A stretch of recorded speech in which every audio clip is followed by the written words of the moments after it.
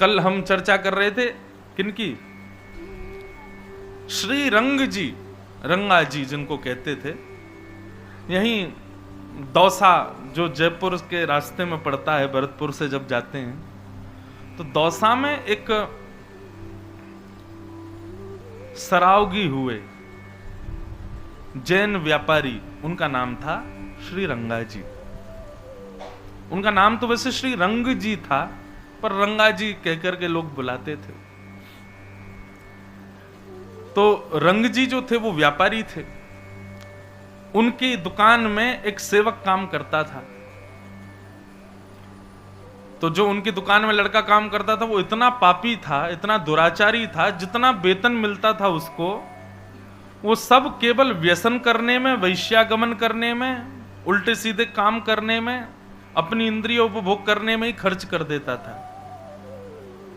जिसका परिणाम ये हुआ कि उसकी जब मृत्यु हुई तो उसको नरक मिला, और नरक में भी साधारण नरक नहीं मिला, नरक में भी वो उसके पापों की जब लिस्ट यमराज ने देखी तो नरक में आने वाले पापियों का सरदार उसको बना दिया। वो तेरे भैया पाप इतने, तू तो इनको सरदार बनो रे, सरदार बना दिया। उसने कहा यमराज जी से मुझे क्या करना है?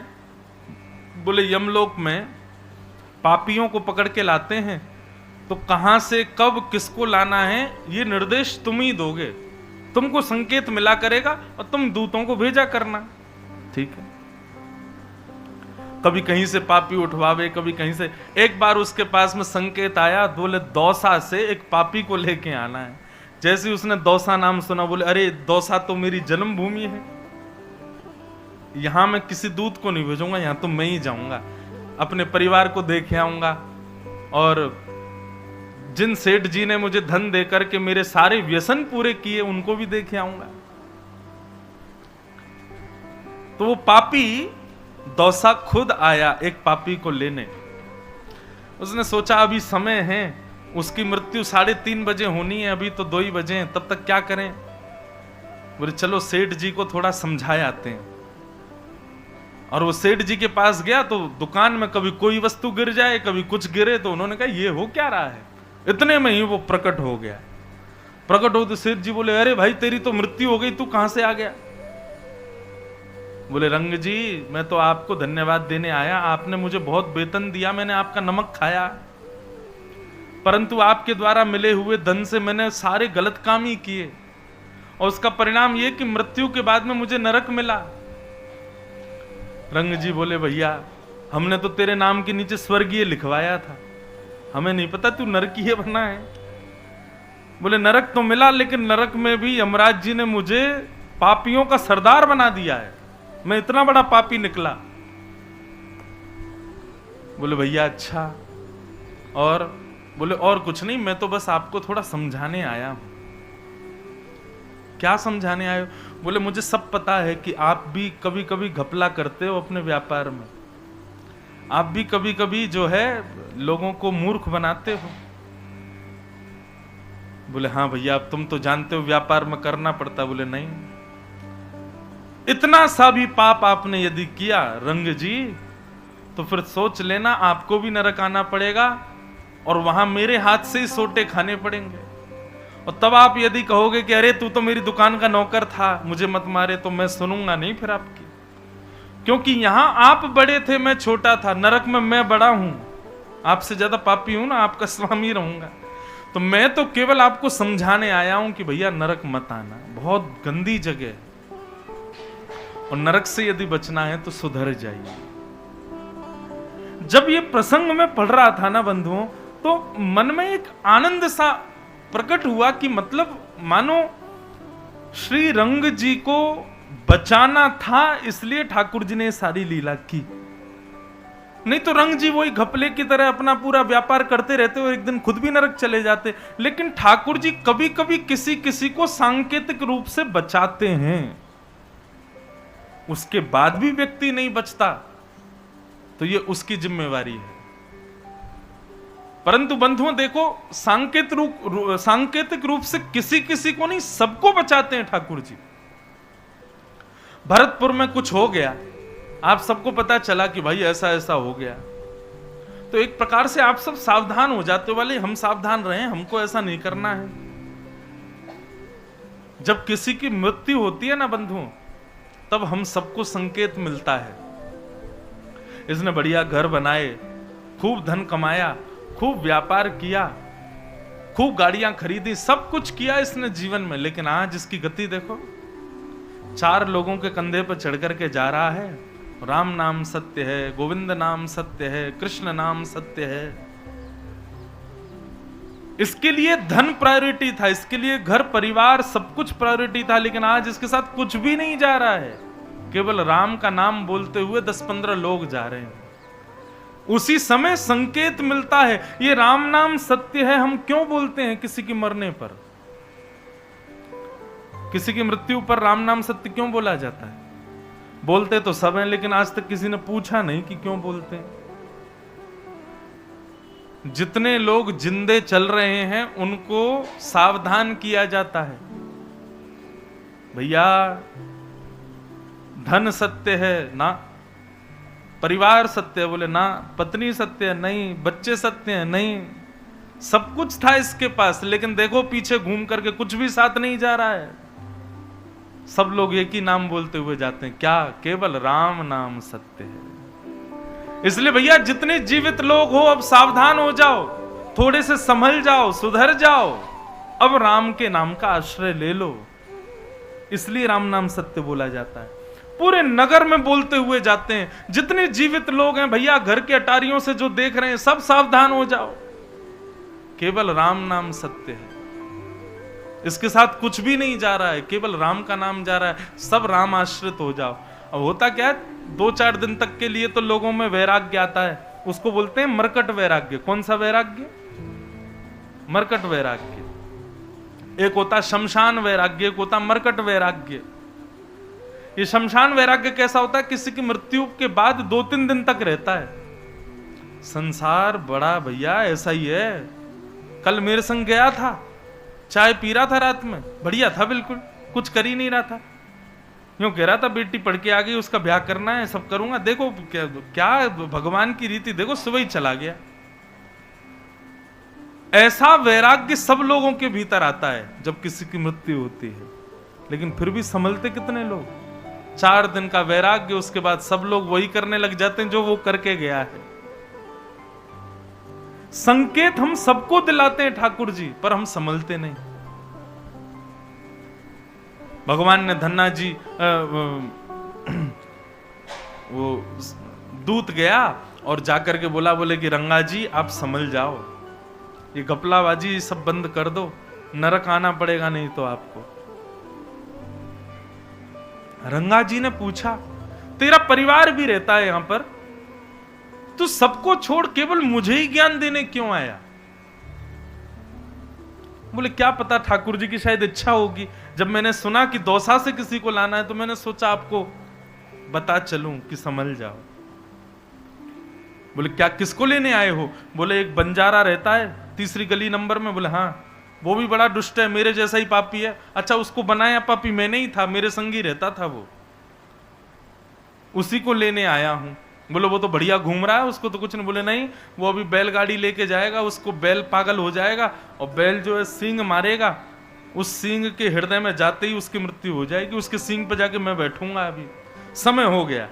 इतने में ही वो गया, सामने से देखा वही बंजारा आ रहा था, उसका बैल अचानक से पागल हुआ।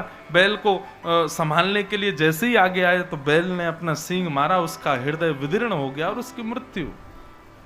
बस ये दृश्य देखते ही रंग जी तो संभल गए।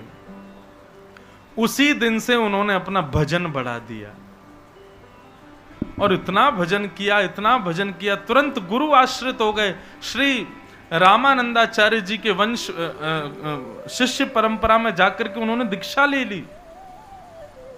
व्यापार करते थे लेकिन कृष्ण नाम, राम नाम और भगवत नाम गाते हुए करते थे। छल कपट बाजी ये सब कुछ छोड़ दिया उन्होंने। और एक बात बताएं, भक्ति यदि परिपूर्ण रूप से जीवन में आएगी ना तो सब छोड़ना नहीं पड़ेगा। ये छल कपट बाजी सब अपने आप छूट जाएगी। जो भक्ति युक्त नहीं है उसको समझाना पड़ता है कि भाई ये गलत काम है, इसको छोड़ दो। भक्ति युक्त होते ही छोड़ना नहीं पड़ेगा, अपने आप छूटेगा। मैं अपनी कथाओं में कहा करता हूं, नित्य तिलक लगाने वाला व्यक्ति, नित्य हाथ में कंठी माला रखने वाला व्यक्ति, नित्य धोती पहनने वाला व्यक्ति, उसको भगवान मिलेंगे ये जरूरी नहीं, पर गलत कामों से अपने आप बचता हुआ चला जाएगा।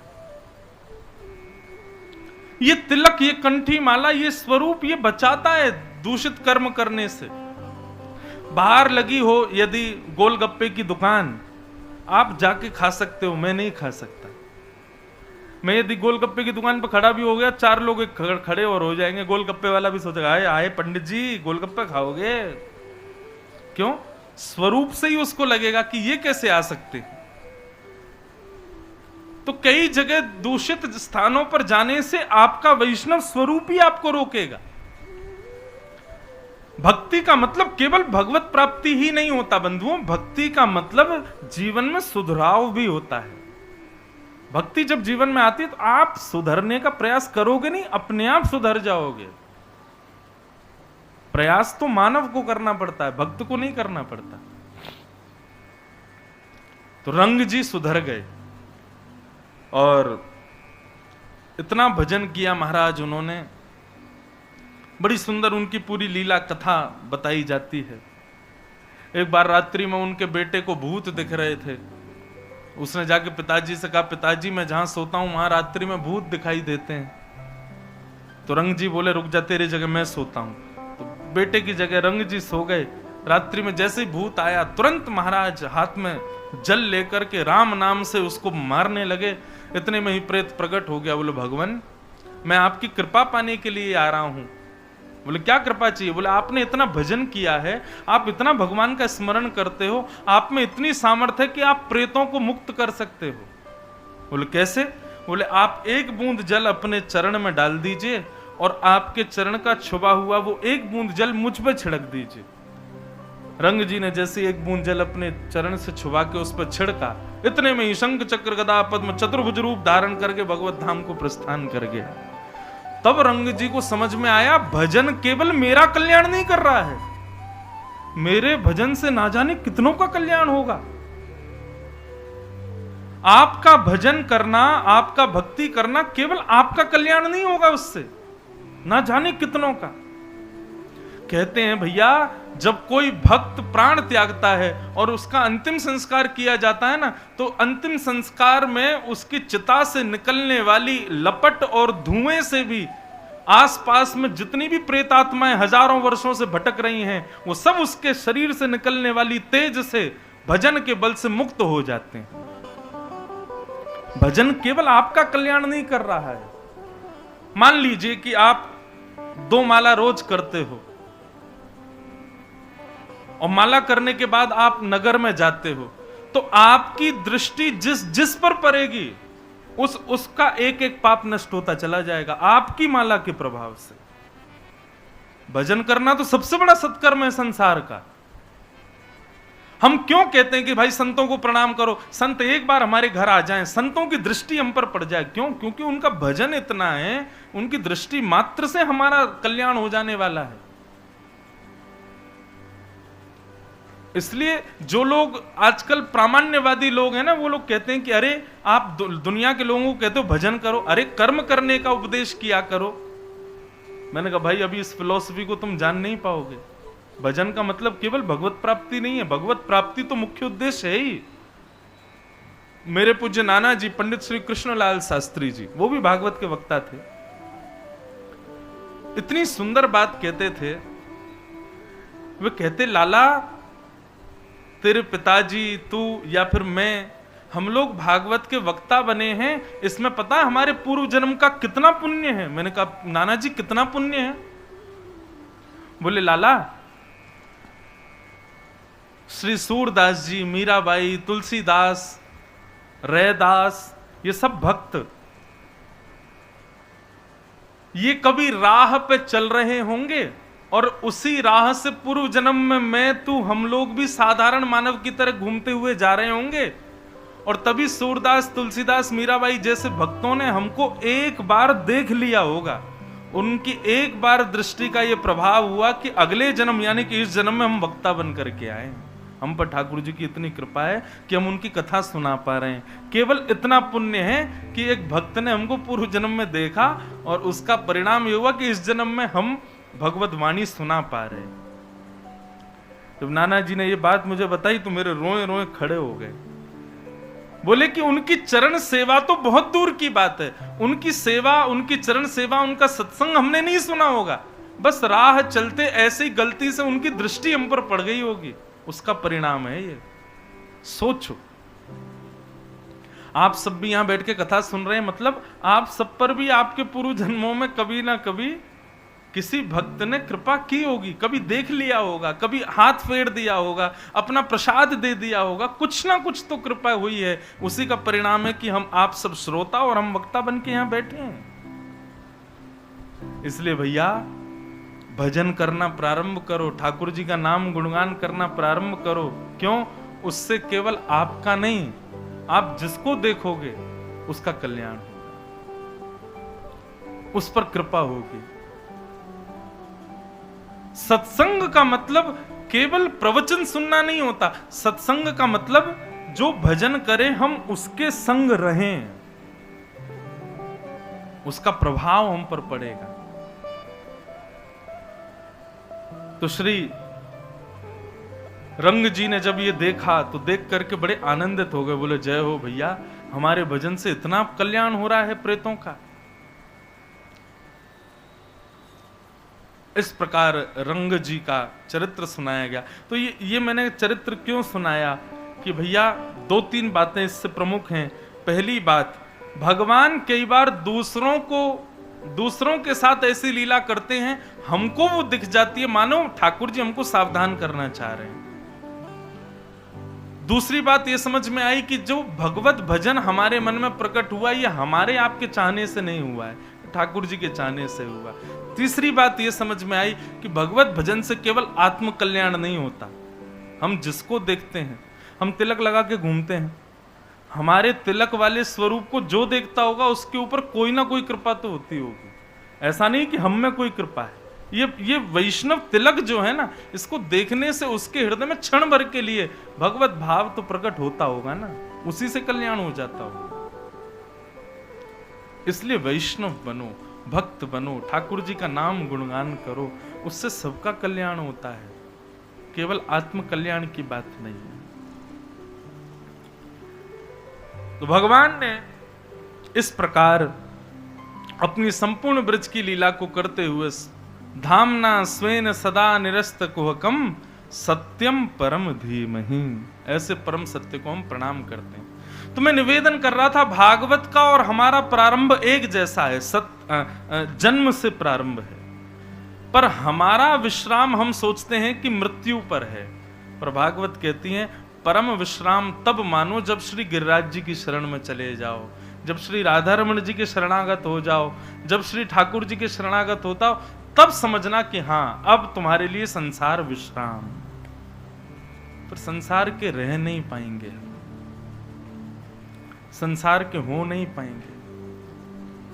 संसार में फिर हमको अभिनय करना पड़ेगा, केवल रहने का, नियम निभाने का, जीने का, माता पिता भाई बंधु बुआ फूफा इन सबके साथ केवल एक अभिनय सा करना पड़ेगा हमको, और वही जीवन है बंधु, अभिनय ही तो करना है।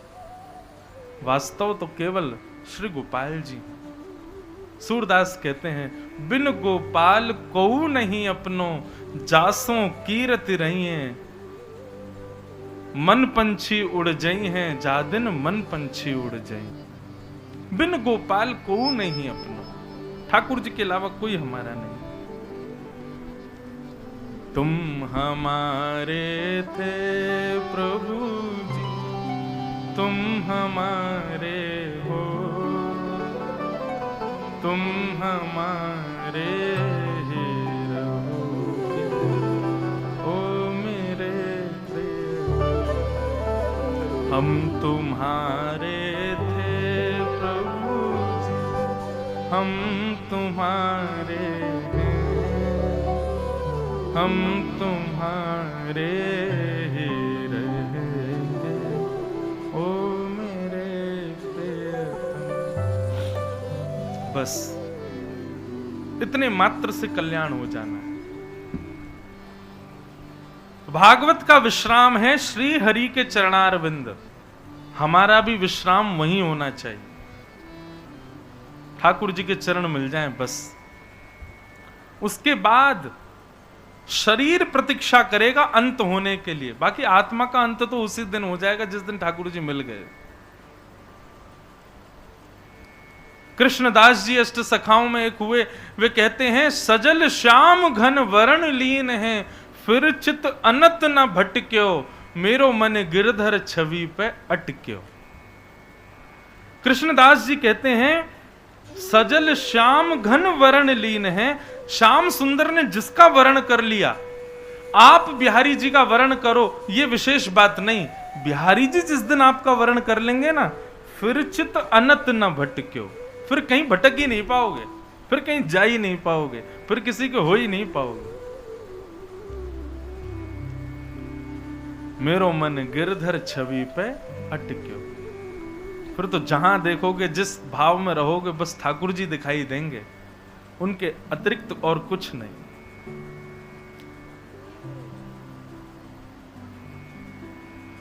आज सुबह कुछ वैष्णव मिलने आए थे, तब एक चर्चा जैसी वहां हुई, तो उस पर मैं उनके जाने के बाद अभी तक भी मैं उसी पर ही चिंतन कर रहा था। और चिंतन का विषय यह था कि महाराज जी भक्त बनने में डर लगता है, क्यों? गृहस्थ जीवन में हम भक्त बन गए और हमारा जो जीवन संगी है वो भक्त नहीं हुआ तो फिर कैसे जिएंगे हम? मतलब जुआरी के साथ रह सकते हैं, मदिरा पान करने वाले के साथ रह सकते हैं, उसके लिए हम भक्त ना बने। और भक्त बनने में केवल यह भय है कि सामने वाला भक्त नहीं हुआ तो। करमेती बाई का प्रसंग कभी पढ़िए। देखिए भक्ति में कई स्वरूप स्वभाव ऐसे हैं, वो थोड़े कड़वे लग सकते हैं लेकिन वो वास्तविकता है। हम भक्त इसलिए नहीं बने क्योंकि हम संसार में, संसार के उपभोगों में, संसार के व्यसनों में, संसार के भौतिकवाद में जीना चाहते हैं। हम भक्त इसलिए बने क्योंकि हम मुक्त होना चाहते हैं, हम ठाकुर जी को प्राप्त करना चाहते हैं। उसी पथ पर इसलिए हमने ये पथ चुना है। इसलिए मैं तो पहले ही सावधान कर देता हूं, या तो आओ ही मत इस पथ पर, आ गए हो तो फिर कमर कस के आना भैया, क्योंकि फिर बदल जाओगे पूरा जीवन। एक कल से एक व्यक्ति हैं, मैं जानता तो नहीं हूं उनको, वो तो कह रहे हैं हम तो महाराज जी एक ही दिन में ही बदल गए, अब 6 दिन में क्या करके जाओगे आप हमारा? मैं रुक जाओ, घर परिवार सब छुड़वा के जाएं तुम्हारा अभी।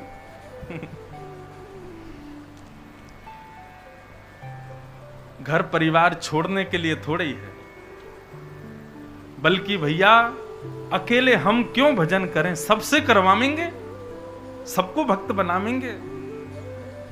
भक्त नींबू की तरह होता है, 5 किलो दूध में निचोड़ दो सबको पनीर बना देता है। ऐसे ही भक्त भी होना चाहिए, जहां जाए जहां बैठे जितने लोगों के बीच में सबको अपने जैसा बना दे, नहीं तो काय बात की भक्ति उसकी। तो मन में विचार हो रहा था कि हम भक्त केवल इस भय से नहीं बने, भक्ति केवल इस भय से नहीं करें कि कल को हमारे जीवन में कोई विपरीत व्यक्ति आ गया तो, भक्त नहीं हुआ तो। देखो कल भी मैंने संकेत किया था, आज भी कर दूं, यदि हमारा जीवन संगी भक्त आ गया तो दोनों मिलकर भजन करेंगे, और जीवन संगी भक्त नहीं आया तो जो प्रेम का अंश उसको मिलना चाहिए वो भी बचा कुचा भी हम बिहारी जी को ही दे देंगे। उसमें चिंता की क्या बात है? फिर यदि हमारे योग्य व्यक्ति मिल जाए तो प्रेम का अंश उसको मिलेगा, दोनों मिलके भजन करेंगे। और यदि विपरीत व्यक्ति मिल गया तो थोड़ा बहुत जो प्रेम उसको मिलना था वो भी उससे छुपा करके बिहारी जी को ही दे देंगे। अब नाथ अभिनय तो करना है, ब्याह तो हो गया, लेकिन हमारे प्रियतम तो आप ही, इनसे हमको कोई अभिलाषा नहीं। और एक और बात कहें, यदि भक्त पुरुष है और विपरीत पत्नी मिल जाए तो प्रयास करो, धीरे धीरे अपने भक्ति भाव से उसको सुधारो। उसको भी भक्त बनाओ। भक्ति के गुण तो आते हैं बंधुओं, जब समीप रहने लगते हैं तो जैसे वायरस फैलता है एक दूसरे से स्पर्श से, ऐसी भक्ति भी फैलती है कभी कभी। तो प्रयास अब ये समझ लो कि तुम्हारा जीवन ही यही है कि तुम्हारा उद्धार तो हो गया, तुम भक्त बन गए, अब इसका और करना है, इसको और बनाना है।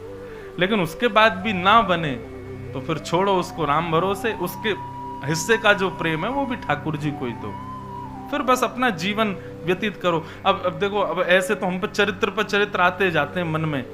एक चरित्र है श्री अंगद जी महाराज का। जगन्नाथ जी के भक्त हुए श्री अंगद जी।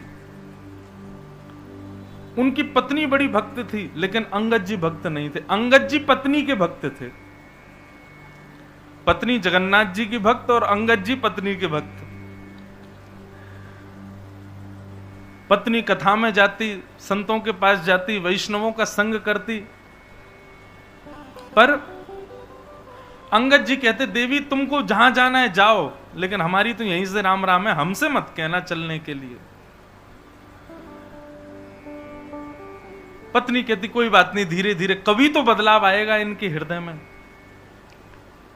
एक दिन पत्नी ने अपने घर पर सत्संग रख लिया। अंगद जी महाराज किसी राजसभा राज दरबार के सिपाही थे, ऊंचे पद पर थे। शाम को लौट करके जैसे ही अपने घर आए तो देखा वहां तो पंजीरी बट रही है, राधे राधे बोल रहे हैं, सब लोग नाच रहे हैं, कूद कूद करके सत्संग चल रहा है घर पे। अंगद जी बोले मेरी बिना आज्ञा के ये क्या हो रहा है। उसने जाकर के चिल्लाना बरसना शुरू कर दिया संत महात्मा वैष्णवों पे। बोला कहां चले आए हो, ये क्या कर रहे हो। बोले भैया कथा हुई है, पंजीरी बट रही, लो तुम भी पाओ। पात्र वात्र सब दूर फेंक दिए। किससे पूछ के कथा हुई यहां पे। पत्नी बोली मैंने बोला इनको आप शांत हो जाइए, ये मेरे गुरु जी हैं, आज सुंदर पर्व था तो हमने घर पर सत्संग रख लिया। सुनिए आप सब लोग तुरंत जाओ यहां से, ये मेरा घर है, मेरी अनुमति के बिना ये कोई धर्मशाला नहीं चले आए मुंह उठा के, जाओ चलो निकलो यहां से। सब भक्त बेचारे वहां से चले गए। पत्नी मन में विचार करने लगी ये कभी भजन नहीं करते, कथा नहीं सुनते, मैंने सब सहा, लेकिन मैं करती हूं उससे इनको दिक्कत क्यों। और मेरे गुरुदेव भजनानंदी सब लोग आए घर पर, ठीक है 10 मिनट के लिए अच्छा नहीं भी लग रहा तो मुस्कुरा ही देते, उनके जाने के बाद मुझसे कह देते, उनके बीच में इतना क्रोध। सूरदास जी की एक पंक्ति है भैया, तजोरे मन हरि विमुखन को संग, जाके संग कुमति उपजत है, पड़त भजन में भंग। तजोरे मन हरि विमुखन को संग। लेकिन कैसे, अगर मैं पति को छोड़ करके चली जाऊं तो यह भी तो उचित नहीं होगा, यह भी पाप होगा। ब्याह हुआ है, तुम्हारा पति है, तुम उसको छोड़ के चले गए। तो अंगद जी की पत्नी ने क्या किया, घूंघट कर लिया और अपने पति से जाकर के बता दिया, बोले आज के बाद मृत्यु पर्यंत मैं ना तो आपका मुख देखूंगी और ना आपको अपना मुख दिखाऊंगी। पत्नी हूं, ब्याह हुआ है मेरा, तो जो जो पत्नी के धर्म होते हैं उन सबको मैं निभाऊंगी। आपके लिए भोजन बनाऊंगी, आप आएंगे आपकी सेवा करूंगी, आपके वस्त्र आदि भी सब धोऊंगी, आपका घर भी संभालूंगी, बच्चों का भी पालन करूंगी। परंतु आज जो आपने कृत्य किया है उसको मैं क्षमा नहीं कर सकती। तो इसका दंड केवल यही है कि आज के बाद ना तो मेरा मुख आप देखोगे ना मैं आपका मुख देखूंगी। बाकी अभिनय पूरा करूंगी, रहूंगी आपके संगी, सब सेवा आदि करूंगी, लेकिन मन से अब मैं आपको त्याग चुकी हूं। ये तो और खतरनाक है। यही तो किया था महादेव ने सती के साथ। जब राम जी की परीक्षा ली तो बस इतना किया कि सती का आसन बगल की जगह सामने धर दिया। तुम मेरी मां का रूप धारण कर चुकी हो, अब मैं पत्नी नहीं मान सकता तुमको, रहो हमारे साथी, लेकिन मन से हमने आपका त्याग कर दिया। अंगद जी इतने परेशान हो गए, बोले अरे ये तो गलत हो गया, मैं तो पत्नी से बहुत प्रेम करता हूं अपनी से। खूब मनाया लेकिन नहीं मानी, चरणों में गिर जाती, बोले आपके पांव पूज रही हूं मैं कि मुझसे अब जिद मत कीजिएगा कि अपना मुख दिखाओ। मेरा ये नियम है, जो हरि का नहीं वो मेरा नहीं, बाकी ब्याह हुआ है तो मैं निभाऊंगी। अंगद जी बड़े दुखी रहने लगे। 10, 15, 20 दिन हो गए, 1, 1.5 महीना हो गया। अंगद जी को ना तो भोजन अच्छा लगे, ना जल अच्छा लगे, ना घर जाना अच्छा लगे। पत्नी ने मुख ही नहीं दिखाया। एक दिन अंगद जी घोड़े पे बैठ के जा रहे थे, ऐसी कथा चल रही थी, वैष्णव बैठे थे। अंगद जी बोले, इसी कथा ने मेरा घर बर्बाद कर दिया। ऐसा क्या मिलता है कथा में, जरा सुनूं तो सही में। जाके घोड़ा अपना बांध दिया, जाके बैठ गए पीछे। और पीछे बैठे बैठे जब उन्होंने कथा सुनी तो जो उनका विषाद था ना पत्नी के विरह का, वो विषाद उसको भूल गए। उनके मन से वो विषाद चला गया। मानो उनको ऐसा लगा कि अभी तक तो मैं जिया ही नहीं, ये जो चंद मिनट मैं कथा में बैठा हूं, मैं जीवित अभी हुआ हूं। उनको आज जैसी अनुभूति हुई ऐसी पहले कभी नहीं हुई थी। अंगद जी को बहुत अच्छा लगा। अंगद जी ने वहां किसी व्यक्ति से पूछा, भैया ये कथा कितने बजे शुरू होती है? बोले इतने बजे शुरू होती है। अच्छा ठीक है। अगले दिन अंगद जी समय से आ गए, समय से आकर के बैठ गए, कथा सुनी। 2-3 दिन तक बड़े भाव से कथा सुनी। उसके बाद में अंगद जी आए तो देखा ना तो श्रोता ना वक्ता। बोले, किसी से पूछा, भैया यहाँ कथा हो रही थी, कहाँ हुआ? बोले कल 7 दिन हो गए, हो गई कथा, विश्राम। अच्छा तो 7 ही दिन की होती है? बोले हाँ। भैया उन व्यास जी का पता दे दो जो आए थे अभी। किसी ने पता दिया तो अंगद जी उसके घर पहुंच गए। व्यास जी से जाके बोले, आपने, वैसे तो आप जैसे ही एक व्यास जी, उन्होंने मेरा घर उजाड़ दिया, लेकिन अब मुझे पता चला कि मेरी पत्नी को घर कथा से प्रीति क्यों। महाराज आपकी अगली कथा कहां होगी, मैं पूरी सुनना चाहता हूं। व्यास जी ने बताया तो अंगद जी वहां पहुंच गए। अब तो वहां जाकर के उन्होंने पूरी कथा जब सुनी, अब तो उनको और प्रीति हो गई।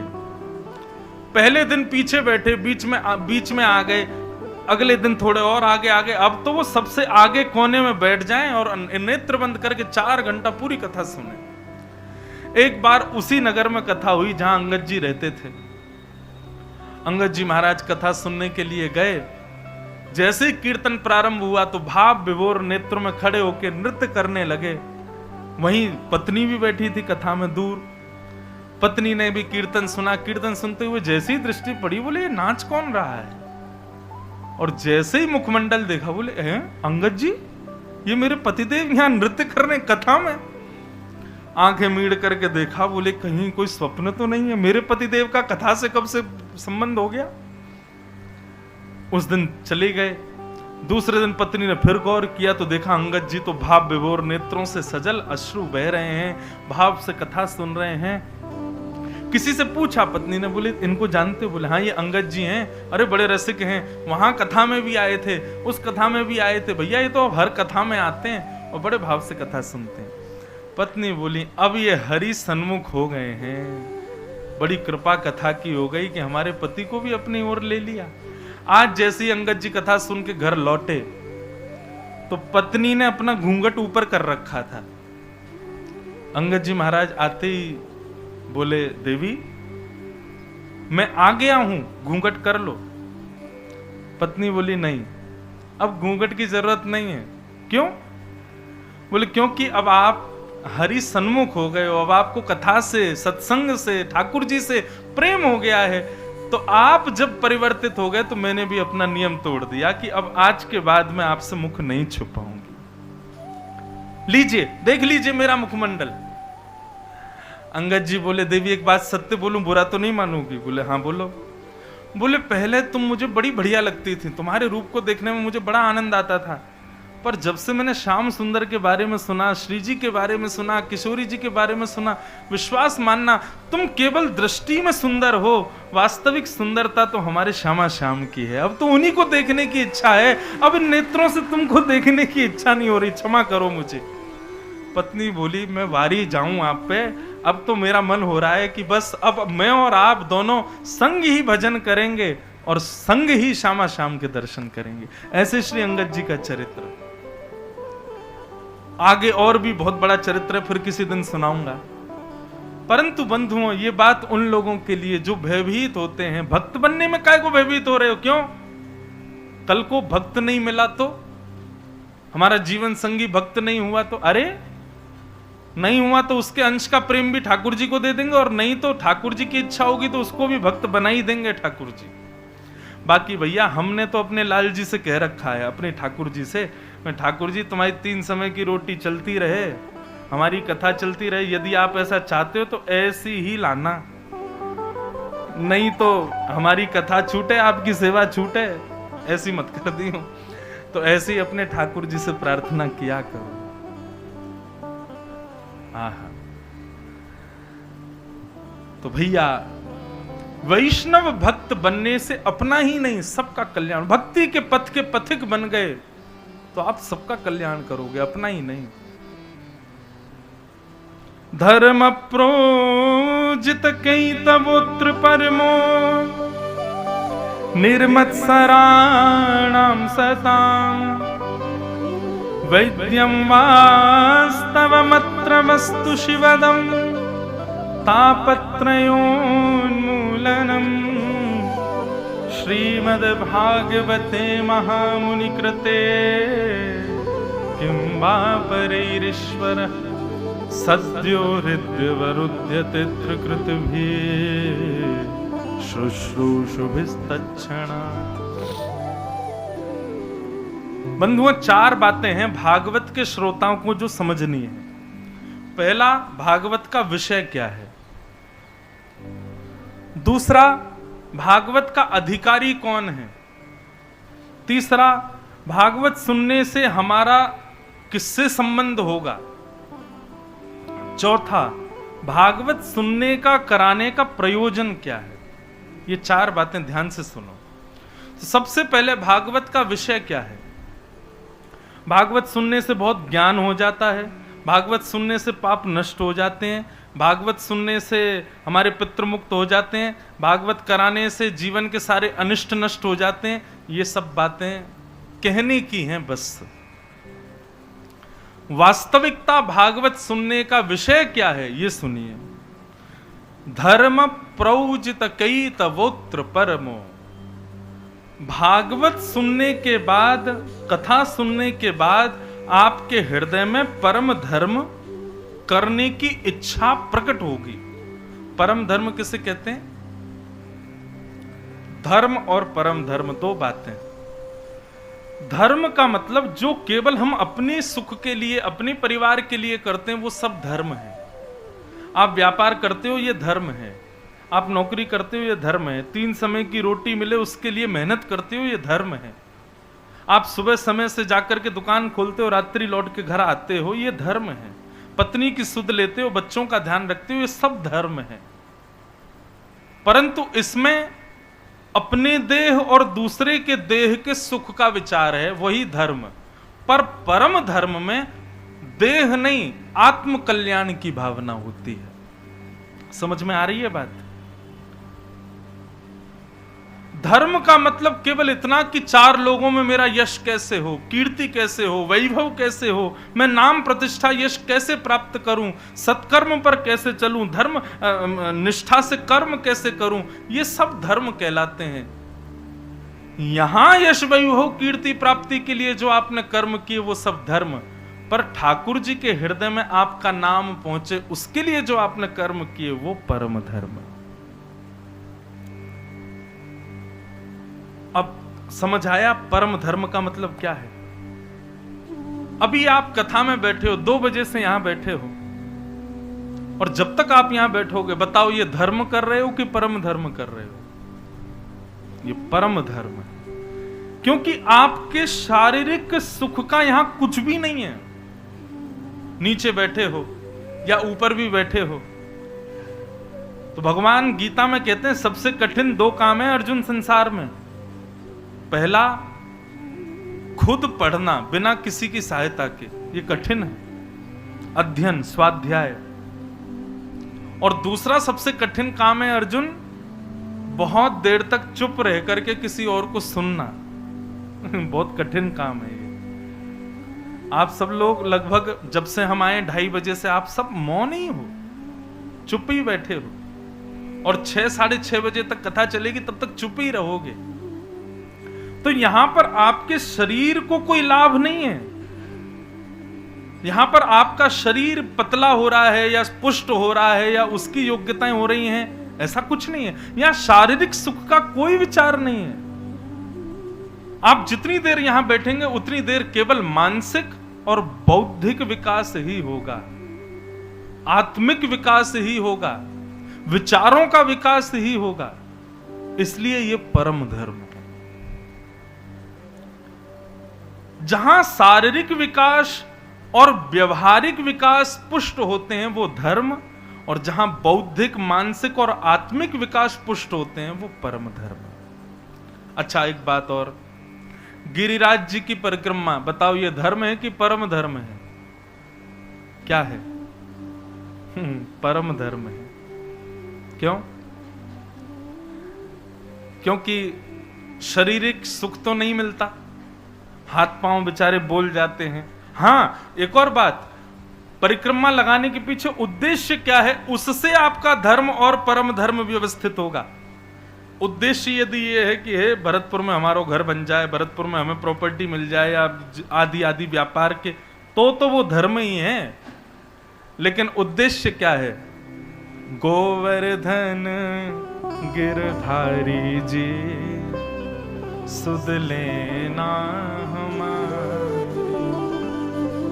ध्रुव तारे प्रहलाद वारे, सब ही तुमने पार उतारे, अब आई हमारी बारी जी, सुध लेना हमारी। आपने ध्रुव प्रहलाद को भी उबार दिया ना, तो अब हमारी बारी है, हम पर कब कृपा करोगे? यदि इस भाव से गिरिराज जी की परिक्रमा लगाई गई है तो वो धर्म नहीं है, वो परम धर्म है। इस लोक के लिए जो क्रियाएं हैं वो सब धर्म, परलोक के लिए या वृंदावन के लिए या ठाकुर जी की प्राप्ति के लिए जो क्रिया, वो परम धर्म। तो भागवत का विषय क्या है? भागवत के श्रोता बनने के बाद आपके हृदय में परम धर्म अति करने की इच्छा प्रकट होने लगेगी। फिर आप देह सुख के कार्य नहीं करोगे, आत्म सुख की क्रियाएं ज्यादा करोगे। यह है भागवत का विषय।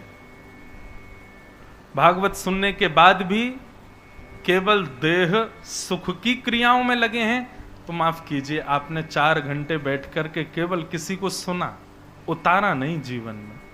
यदि आपने उतारा होता तो आपके जीवन में परिवर्तन आ जाएगा। मैंने कितने लोगों को देखा है, सत्संग के कुछ बिंदु सुनने के बाद में उनका जीवन परिवर्तित हो जाता है।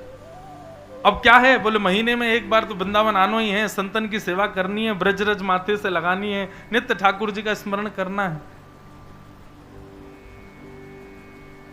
ऐसे परिवर्तन कितने लोगों के जीवन में देखे। तो जहां पर आत्म कल्याण की भावना आ जाती है वो परम धर्म कहलाता है।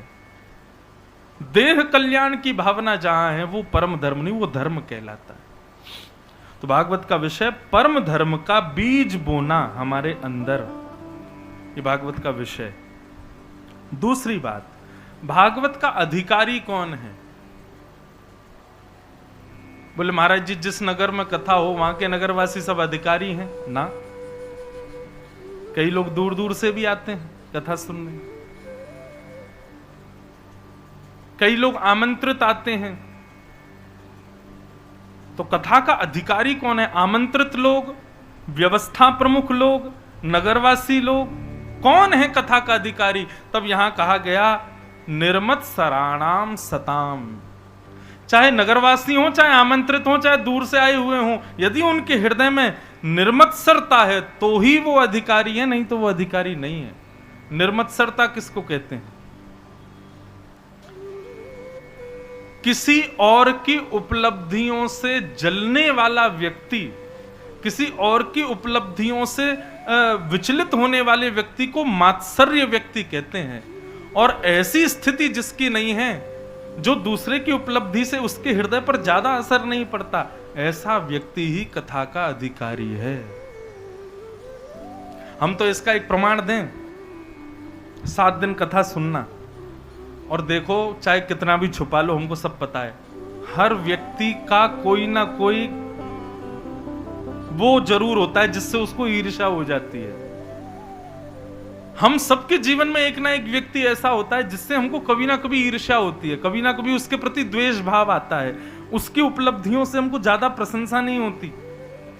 तो हमारी कही एक बात मानना, 7वें दिन 15 तारीख को जब यहाँ कथा पूरी हो ना, कथा का प्रसाद पाने के बाद में शाम को उसी व्यक्ति से मिलने जाना। यदि उसको देख करके अब भी आपके हृदय में कुछ जलन जैसी अनुभव हो तो समझना अभी कथा हमने नहीं सुनी। लेकिन उसको देख करके अब आपके हृदय पर कोई पीड़ा ना हो, आपके हृदय में कोई विचलितता ना हो, उसकी उपलब्धि देख करके आपके हृदय में किसी भी प्रकार की अब ज्वलनशीलता ना होती हो, तब फिर बिहारी जी को जाके धन्यवाद के आना। जय हो बिहारी जी, आपने बड़ी कृपा की, कथा हमारे जीवन में आ गई तो हमारे हृदय से मात्सर्य दोष नष्ट हो गया। समझ में आई बात? तो 7वें दिन 15 तारीख को एक बार चेक कराना सब लोग कि कथा हमारे भीतर आई है कि नहीं। कथा आई होगी तो मात्सर्य दोष नष्ट हो जाएगा, तो कथा नहीं आई होगी तो अब भी मात्सर्य ही होगा, दूसरे से जलना, दूसरे के प्रति ईर्ष्या। आजकल व्यक्ति अपने दुख से कम दुखी है, दूसरे के सुख से ज्यादा दुखी है।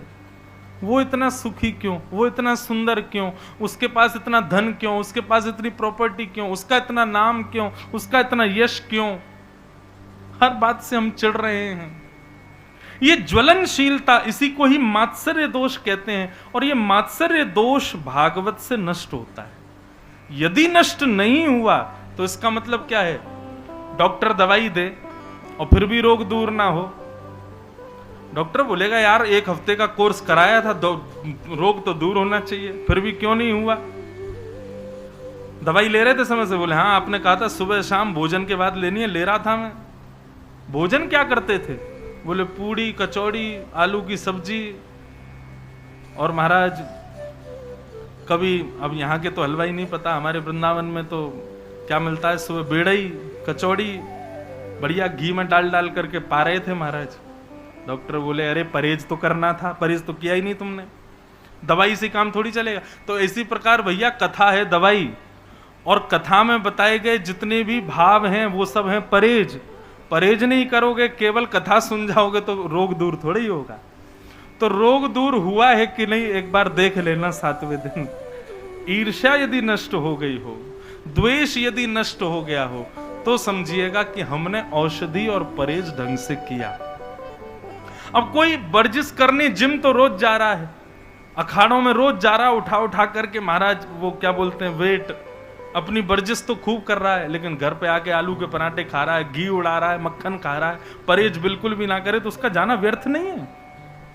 ठीक उसी प्रकार भैया यहाँ बताई गई भाव जो है ये परहेज हैं, और कथा जो है ये औषधि है। औषधि लो और संग में परहेज करो, तब रोग निवृत्त होगे। और रोग की निवृत्ति मैंने बता ही दिया है कैसे पता करना है कि रोग निवृत्त हुए कि नहीं। दोष आपका संग बिना आपके प्रयास से छोड़ दें। कोई सिगरेट पीता था, कोई तंबाकू खाता था, कोई किसी के प्रति ईर्ष्या रखता था, किसी के प्रति लोभ रखता था, ये जितने भी दोष हैं संसार के, ये बिना प्रयास के केवल कथा सुनने से अनायास ही छूट जाएं, तब समझना कथा ने आपके ऊपर प्रभाव किया है। आपने कथा को नहीं सुना, कथा ने आपको स्वीकार किया, और 7 दिन बाद भी वैसे ही रहे जैसे 7 दिन पहले थे। लेकिन एक बात बोले, इसकी हम गारंटी दे रहे हैं, कुछ तो बदलाव आएगा। ज्यादा ना ही आवे, 1% ही आवे, आएगा जरूर। इतना तो हमें हमारी भागवत जी पे विश्वास है। भागवत की कथा में इतनी सामर्थ्य तो है, थोड़ा ही सही बदलाव तो करती है जीवन में। और कोई अनावृत सुनता रहे समय समय पर, तो धीरे धीरे परिवर्तन आने लग जाते हैं अनायास ही। तो भागवत का अधिकारी कौन? जिसके हृदय में मात्सर्य दोष नहीं। तो पहले बताया भागवत का विषय, फिर बताया भागवत का अधिकारी, अब बताया जा रहा है कि भागवत सुनने से हमारा संबंध किससे होगा। तो वैद्यम वास्तवमत्र वस्तु शिवदम वस्तु प्रस्तुत वेणुनादल हरि निर्वाण निर्व्याकुलम स्रस्तः स्रस्त निबद्धनी विविलशद गोपी सहस्त्रावृतम हस्तन्यस्तन ताप वर्ग मखिलोदारम किशोराकृति। कथा सुनने के बाद में श्याम सुंदर अपने लगने लगेंगे, प्रिय लगने लगेंगे, उन्हीं से ही प्रीति हो जाएगी। मैं तो अपनी कथा में कहा करता हूं बंधुओं, भागवत की कथा सुनने के पीछे उद्देश्य क्या है आपका? कहीं सस्ती पॉपुलैरिटी तो नहीं कि हम कथा करा लें, हमारा थोड़ा नाम हो जाए। कहीं कोई और उद्देश्य तो नहीं, कहीं पितरों की मुक्ति तो नहीं, कहीं दुखों से निवृत्ति तो नहीं। अगर इन सब भावों से आप कथा सुन रहे हैं तो आपसे हाथ जोड़ के क्षमा मांग रहे हैं कि आपके दर्द तो सिर में हो रहा है, दवाई पेट दर्द की खा रहे हो, दर्द ठीक नहीं हो। ये सारी क्रियाएं भागवत सुनने से संपन्न नहीं होंगी। भागवत से तो केवल एक ही चीज मांगो, क्या? श्री कृष्ण हमारे हो जाएं बस। यदि आपने ये मांगा तो भागवत जी निश्चित यही वस्तु दे देंगी। बाकी आप और किसी साधन को मांगने के लिए भागवत जी के पास आओगे तो आपकी वो मनोकामना पूरी नहीं हो पाएगी। यहां पर भागवत तो केवल ठाकुर जी को प्रदान करती है। फिर मीराबाई की तरह गाएंगे, हे मायरी मायरी। भागवत ने यदि कृपा कर दी जीवन में तो श्री कृष्ण ही मिलेंगे और फिर सब जगह यही गाते डोलेंगे हम, जो मीराबाई कहती हैं, मैंने लियो री गोविंदा मोल रे, मैंने लियो री गोविंदा मोल रे।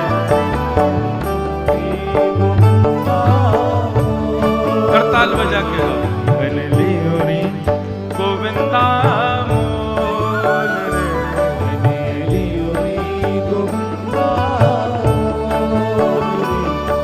यही भागवत का संबंध है। मीरा जैसी भक्ति, सूरदास जैसा प्रेम, कुंभनदास जैसी आसक्ति कृष्ण के प्रति प्रकट होने लग जाती है कथा सुनने के बाद। सांसारिक विषय भोग कामनाएं यदि पूरी करनी हो तो कहीं और जाइए, यहां तो केवल कृष्ण ही मिलेंगे। लेने हो तो बैठो, नहीं तो जाओ। यहां तो केवल कृष्ण प्राप्ति के भाव से ही रहिएगा। मैंने लियो री गोविंदा मोल रे, मैंने लियो री गोविंदा मोल रे, मैंने लियो री गोविंदा मोल रे, मैंने लियो री गोविंदा। ओ कोई कहे कारो, कोई कहे गोरो, कोई कहे कारो,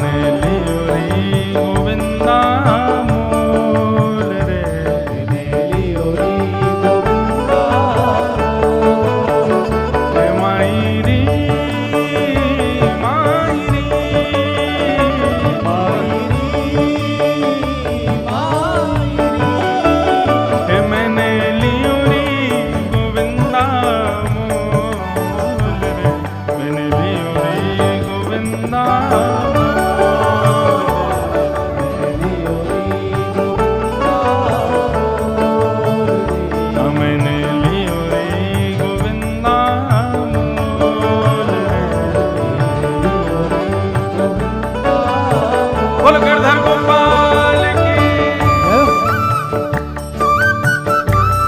बजा के गाओ भाव से। देखो थाली बढ़िया है, भोजन बढ़िया, थाली अच्छी ना हो तो, ऐसे ही कान बढ़िया दिए, बाली अच्छी ना हो तो, इतना बढ़िया कीर्तन मीराबाई का चले, ताली ना हो तो आनंद थोड़ी आवे।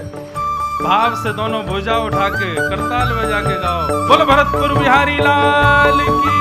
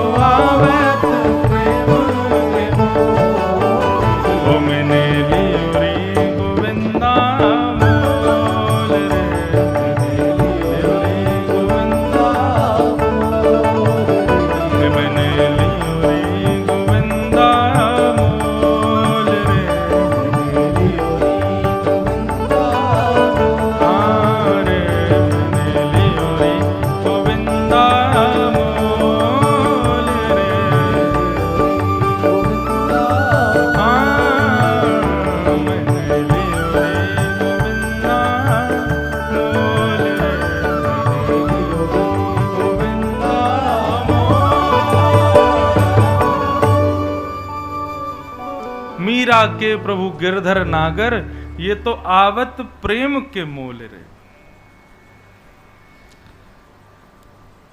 यही बात समझानी है, जो अंतिम पंक्ति है मीराबाई की, कि वैद्यम वास्तव मत्र वस्तु शिवदम, भागवत केवल और केवल कृष्ण से कृष्ण की प्राप्ति करा सकती है।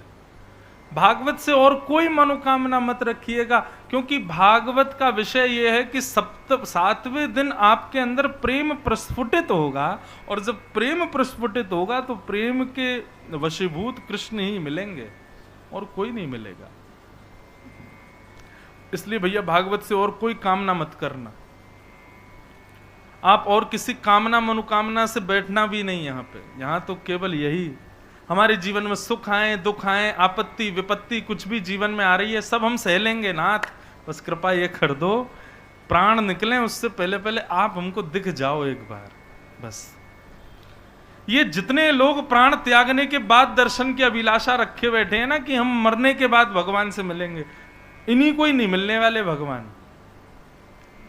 इसलिए भैया अभी जीवित हो, और कब तक जीवित हैं कुछ पता नहीं है, इसलिए अभिलाषा ये रखो कि एक बार बिहारी जी हमको प्रत्यक्ष दिख जाएं बस, और हमारी कोई अभिलाषा नहीं। इस अभिलाषा से, इस मनोकामना से आप इस पंडाल में बैठिए, भागवत जी आपकी ये मनोकामना पूरी कर देंगे। और ये मनोकामना पूर्ण हो जाए तो फिर और चाहिए क्या? ठाकुर जी प्रत्यक्ष दिख गए, उसके बाद क्या अभिलाषा रह सकती है हमारे हृदय में? कोई नहीं। हम सत्य बता रहे हैं, अपनी बात कहेंगे तो ऐसा लगेगा कि आप लोग की ये अपनी प्रशंसा कर रहे हैं, अपनी ना कह के हम श्री भरत जी की बात बताएं। भरत जी जब राम जी से मिलने के लिए वन में जा रहे थे, राम जी को वापस लाने के लिए, तो निषाद राजगु जगह जगह बताता हुआ चलता था, ये गांव आ गया। तो जैसे ही कोई नए गांव में जाते हैं ना, तो भरत जी कहते हैं यहाँ के नगर देवता, इस गांव के देवी देवता कहाँ हैं? तो निषाद राजगु उनको ले जाता एक वृक्ष के पास, उसके नीचे देवी देवता बैठे होते। तो भरत जी महाराज घंटों घंटों बैठ करके उनकी पूजा करते, फिर वहां से उठते प्रणाम करके आगे जाते, दूसरे गांव में पहुंच गए, वहां के देवी देवताओं को प्रणाम करते करते करते प्रयागराज पहुंचे। प्रयागराज में जैसे ही संगम देखा, त्रिवेणी, यमुना, गंगा, सरस्वती तीनों नदियां मिल रही थीं। भरद्वाज ऋषि बोले, भरत जी तीनों संगम, यहाँ तीनों नदियों के संगम में स्नान करके जो मनोकामना करते हैं वो पूर्ण हो जाती है। भरत जी वहां स्नान करते हैं और नेत्र सजल हो जाते हैं। तब निषाद राजगु और भरद्वाज ऋषि दोनों पूछते हैं, भरत जी आपने क्या मांगा? तो भरत जी कहते हैं, हम जितने गांव में होते हुए आए, जितने देवी देवताओं को पूछते हुए आए, अब प्रयागराज को भी पूछ रहे हैं, तो सब जगह कामना मनोकामना केवल एक रखी कि श्री राम जी और सीता जी के चरणों में मेरी भक्ति, मेरा प्रेम और बढ़ जाए।